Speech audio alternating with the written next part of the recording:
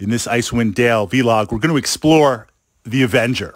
We're going to build that Tactica checklist and really explore this unique character class in that you are taking the Druid class and everything that that brings to the game, combining it with some interesting mage spells, some interesting mage clickies that allow you combinations not only that are not found in other character classes, but combinations that cannot be replicated through scrolls or potions.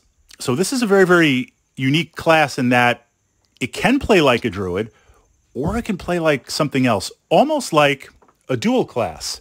And by not dual classing, you're able to take straight druid and achieve some of the higher level abilities and achieve some of the higher level stats and spells much, much quicker. You're not kind of locked in and having to make those choices.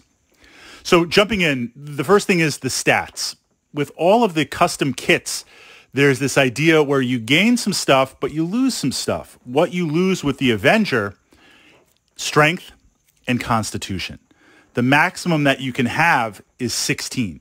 Now, of course, items can bring it up, you can buff, but the core stats, 16, 16. Now, 16 strength on a druid. I mean, it's Advanced Dungeons and Dragons. 16 is pretty good. I mean, yeah, I'd like 18 on everything or 18 on all primary stats, but generally speaking, the druid is not a frontline fighter. The druid is not the type of character that is going to necessarily be a second line fighter. Do you need a ton of strength leveraging the most powerful weapons with the highest armor class and the biggest hit point pool to get up there and attack things? You're going to be utilizing your druid spells. And as the Avenger, you're going to be avenging with your mage clickies. So strength 16, I don't see that as a tremendous disadvantage.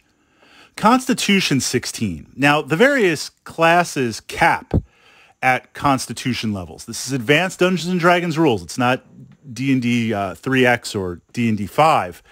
In exploring that with the Druid capping at 16 con, this is an interesting question.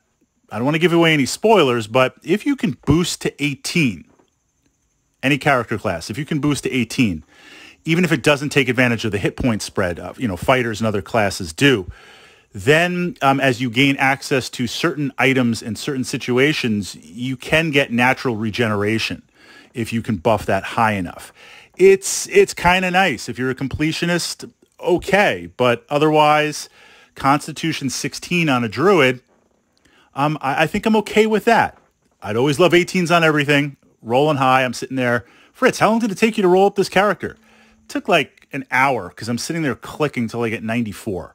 And then I'm clicking and I got 94, but I was just mindlessly clicking that I clicked past it and just had like a complete meltdown, vowing never to play this game again. And here we are rolling up an Avenger. So from that perspective, 16-16, I don't see that as much of a problem. Now, let's jump into the clickies. As part of the Avenger and these rituals of nature, rites of nature, you're going to gain some mage abilities, a selection of some of the more interesting attack mage spells. These are going to scale. This is where things get interesting. Chromatic Orb. Now, this is like, in my opinion, one of the better spells in the game across the entire arcane class. It's a little orb, does some damage, but damage plus effects. And those effects scale as you move up. They do cap, but at the highest level, they do some interesting effects. So right away, you kind of have the druid equivalent of a magic missile that's going to scale, that you're just going to hit constantly. This, as an offensive spell clicky, frees up potential offensive spells in your druid, say spell book, but in your druid spell list. So that's kind of interesting. Then we get access to web. Now, web is one of the better lower level crowd control spells across the entire game. Icewind Dale, we explored this in the Icewind Dale versus Baldur's Gate Tactica. It is more of a mass combat game. That's not to say that there's not role play. There's not to say there's not side quests, things to explore. But Icewind Dale throws a lot more at you really, really fast. To have access to web, that's big. That's really, really interesting. Then we gain Lightning Bolt. Lightning Bolt, the ability to throw that out there, to bounce it around, because remember, this is D&D, AD&D rules. Understanding the bounce is huge. Another really powerful, scalable, offensive spell. Well, from this perspective, now things also get interesting because, again, you're freeing up Druid slots. On a side note, not everywhere, there are more Frost and Flame resistances in the game for various encounters. Not so much electricity. So you've got some versatility there, especially with the bounce. Continuing, improved invisibility. This is a game changer right here. For a mass combat game, popping off improved invisibility and using that to get into position, to get away, to utilize various spells, first strike, alpha strike, that's almost alone worth the price of admission. I don't have to utilize potions. I don't have to utilize other casts. Because remember, this is the druid itself casting it. So my mage, if I'm bringing a mage along in the party, that frees up things tremendously. That frees up things tremendously.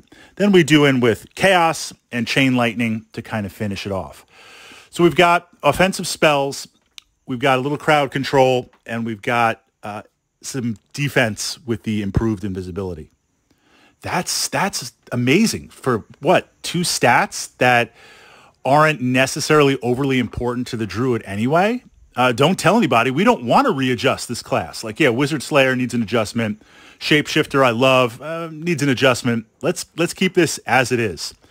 So on top of this, of course, you stack the druid spells, you stack the shapeshift, you stack the various resistances as you move up.